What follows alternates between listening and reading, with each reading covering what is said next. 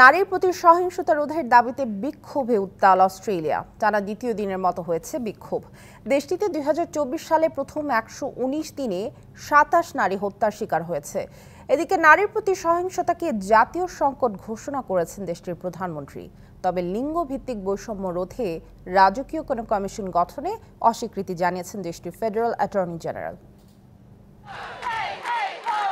চলতি বছর অস্ট্রেলিয়ায় গড়ে প্রতি ৪ দিনে একজন নারী হত্যার শিকার হয়েছেন। সম্প্রতি সিডনির একটি শপিং মলে এক ব্যক্তির ছুরিকাঘাতে ৬ জন হত্যার শিকার হয়, যাদের মধ্যে ৫ জনই নারী। ঘাতক ব্যক্তি নারীদেরই লক্ষ্য করে ছুরিকাঘাত চালায় বলে সন্দেহ পুলিশের।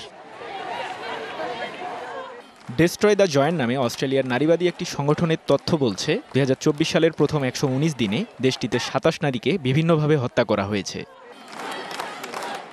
নারীর প্রতি সহিংসতা রোধে ২৭ এপ্রিল থেকে দেশজুড়ে চলছে বিক্ষোভ। নারীর প্রতি সহিংসতাকে জাতীয় সংকট ঘোষণা এবং এটি রোধে কঠোর আইন বাস্তবায়ন করার দাবি বিক্ষোভকারীদের।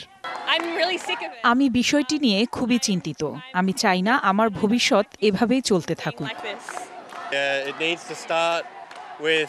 নিজেদের ঘরে সহিংসতার সম্মুখীন নারীদের সমর্থনের জন্য আজ আমি এসেছি। আমি মনে করি নারীদের অধিকার নিশ্চিতে তাদের সমর্থন করা খুবই জরুরি।